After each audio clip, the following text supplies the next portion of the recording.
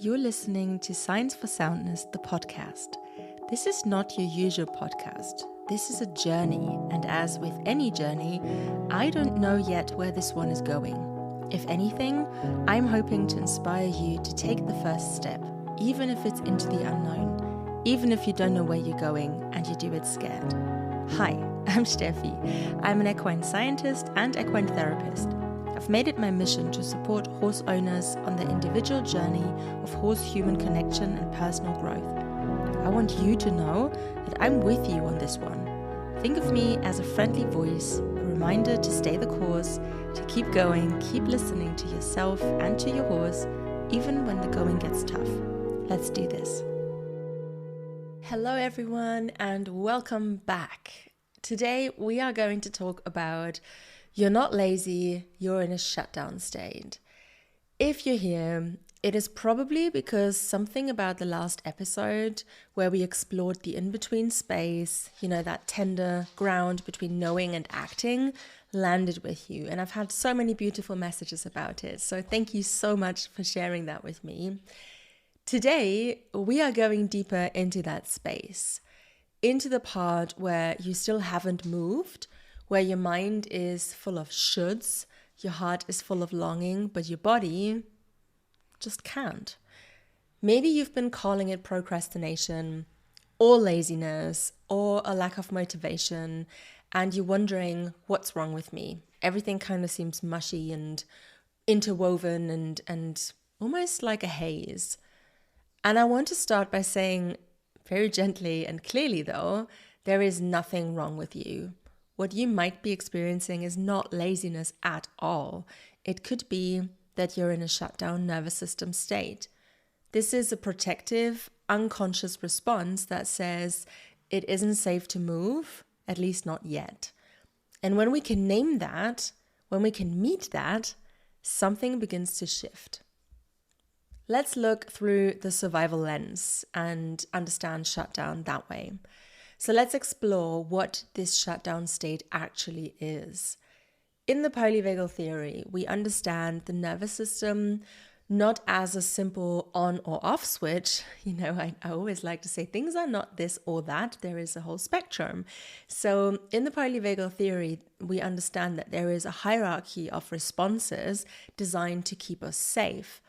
And at the top of that ladder is ventral vagal connection, calm, engagement, the state where we're learning and where we're being present and when all of this social engagement can happen. Below that is the sympathetic activation. This is mobilization. So think fight or flight, arms and legs get stronger and your brain kind of gets a little bit dumber. There is tension, there is action, there is doing, but it's all about surviving. And then at the bottom is dorsal vagal shutdown.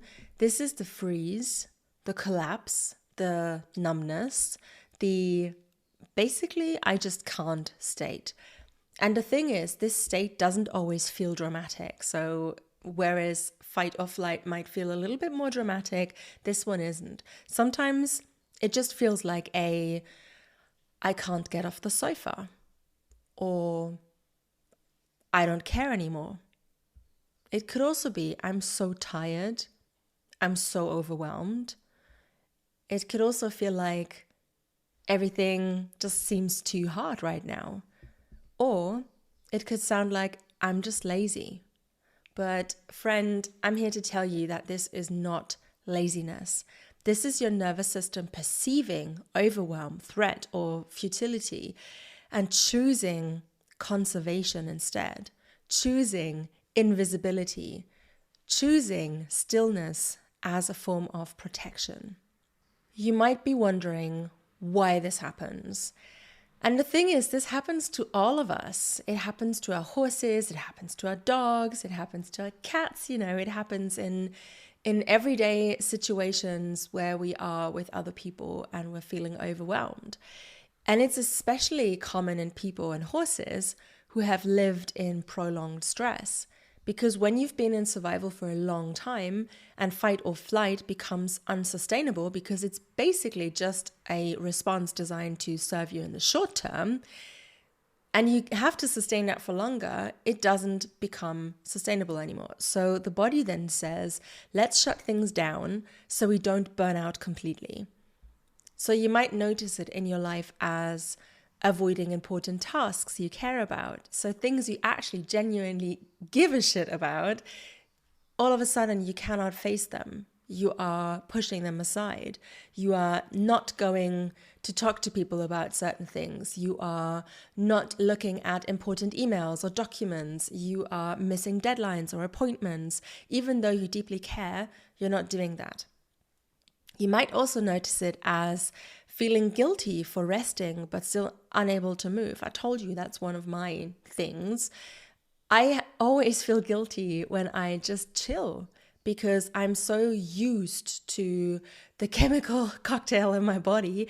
I'm so used to being busy and being under this certain level of stress that whenever I'm actually down-regulating and calming down and relaxing and unwinding, it feels like, oh, I should be doing something, right? So feeling guilty for resting, but then in this case, when you're in a shutdown response, you're still unable to move. So you are resting and you're kind of talking bad towards yourself for doing that, but at the same time, you're not able to actually do something about it. You're unable to move. You might also notice it as a disconnection from your goals or passions. So when you're feeling super shut down and disconnected, it might show up as, especially for us horse people, we could all of a sudden not experience joy anymore when we're with our horses. We could all of a sudden feel like we are overwhelmed when we're thinking about training our horses maybe, or thinking about doing anything outside of the necessary things that we need to do, such as feeding and watering and, just the basic care. So anything that goes beyond that might feel like a task that feels so far away and you are so disconnected from, you cannot experience that joy or that passion that you used to have. And I know a lot of people who experience this, so you're not alone if you just gently nodded along with that. You might also notice it in your life as numbness, apathy, or simply put, chronic fatigue. If you're constantly tired and exhausted, you might be in a shutdown state.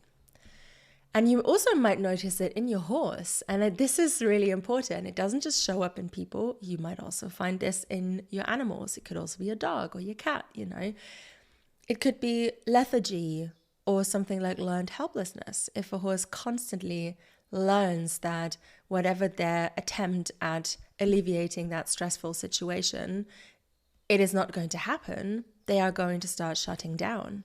You might also witness very good behavior, that in air quotes, by the way, and this might feel flat or distant. So they're just like going through the motions and they're just performing, but they're not in it really. They're just showing you what you want to see so that it's all okay and they're avoiding that stress. You might also notice it as a lack of response to cues.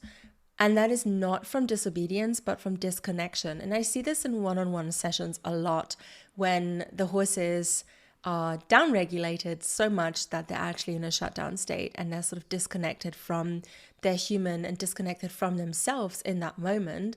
Whenever you're experiencing something like you're asking them something, you're giving them a cue, and they're not even responding, they're not even flicking an ear towards you, and they're just standing still, then they're very likely in a shutdown state as well. And this isn't about laziness, it's actually about capacity. So what can we do? The first step is to not try harder. I know that might sound a little bit counterintuitive, but trust me with this one. It is not about pushing through. The first step is to recognize the state. So just gently name it.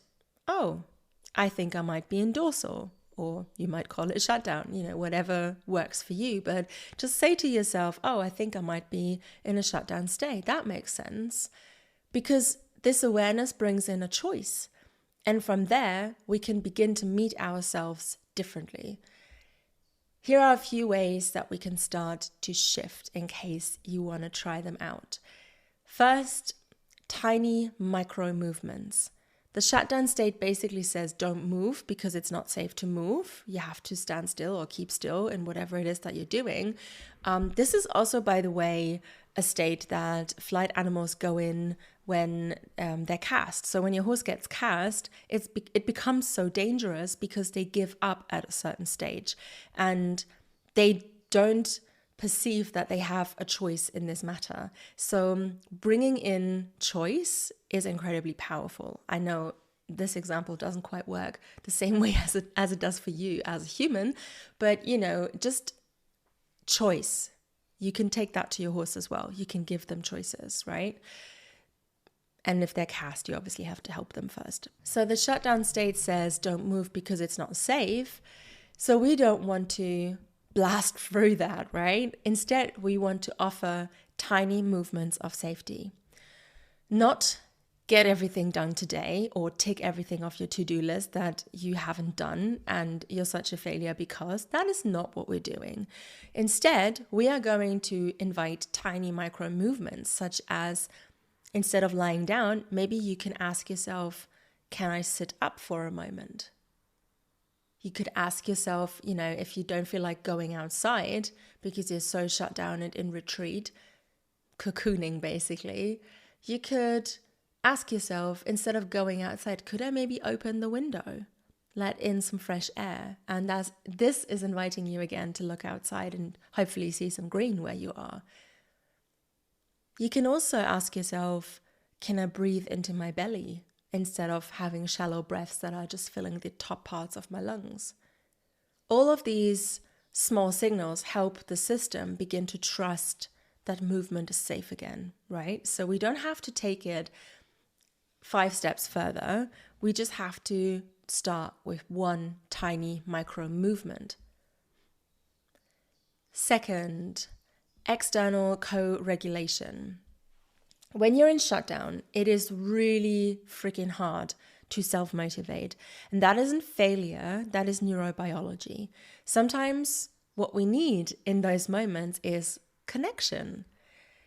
Time with a horse, with a dog, a friend, even a voice, a song, a podcast. Some people have told me my voice feels regulating for them. Whatever it is for you, find something that says you're not alone here.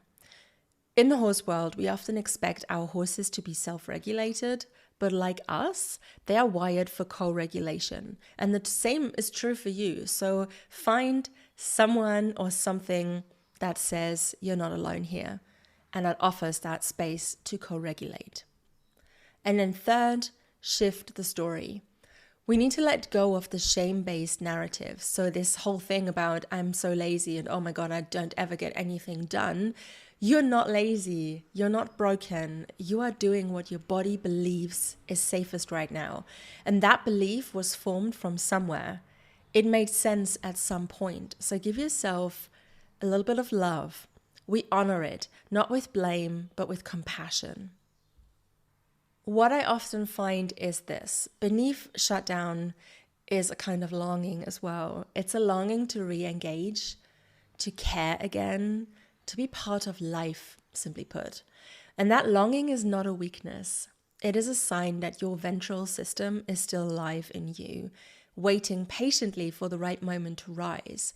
But it won't rise through force. It rises through safety, through kindness, through the compassion I just talked about, through nervous system repair, not mindset hacks.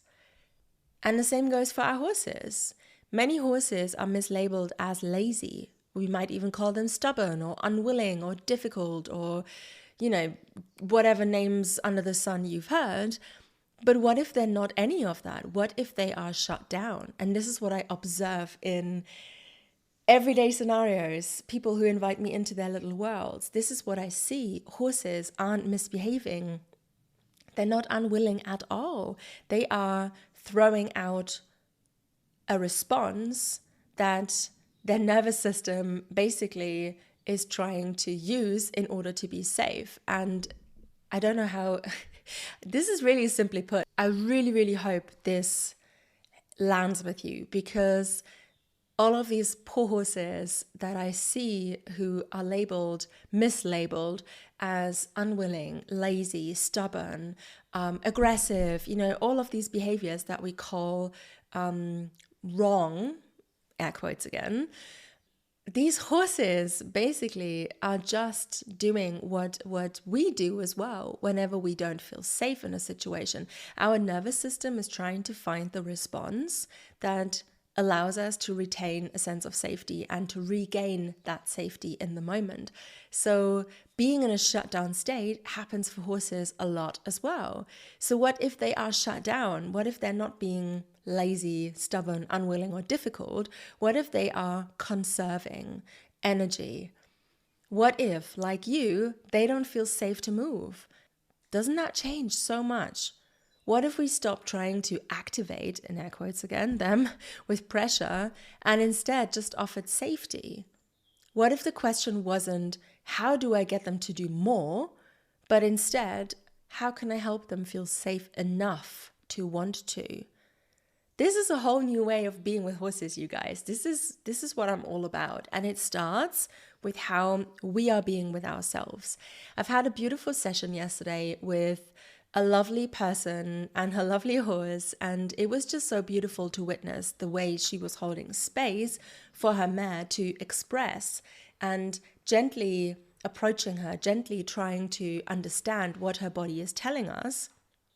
And as she was moving and as she was trying to explore that together with her mare very clearly sent some signals.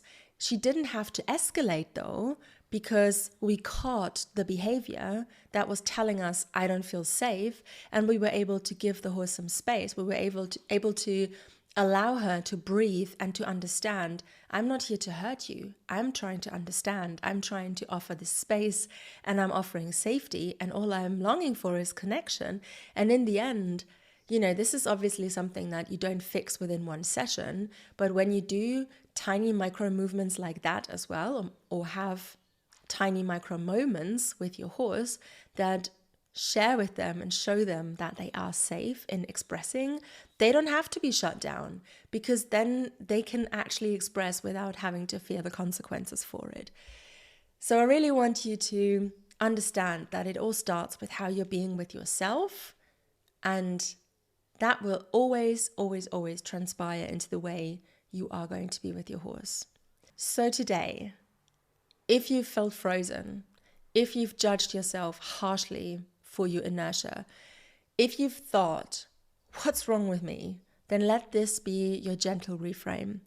I'm not lazy, I'm in a shutdown state, and there is a way forward. And that way forward isn't about doing more. It's about being met exactly where you are. If you'd like support with that, if you want to explore nervous system repair in a way that is practical, relational, and deeply compassionate, you're always welcome inside the Inner Circle. We explore this work monthly. We hold space for both the science and the softness, and we walk it together. And if you use the code podcast upon checkout, you save €10 off your first month of the membership. Friends, thank you so much for being here. Thank you for being you. And thank you for trusting that there is nothing wrong with how you're wired. There is only more to understand and more ways to come home to yourself. I'll see you in the next episode. Hi friend, I hope you found something in this episode that resonated with you. I'm beyond grateful that you hung out with me today for a little while, and I do hope that you come along for the ride. Make sure you subscribe to the podcast, and if you feel like it, leave a review. Your feedback is greatly appreciated. If you have any questions or would like me to talk about a certain topic, check the show notes for ways to get in touch. I can't wait for next time. You got this.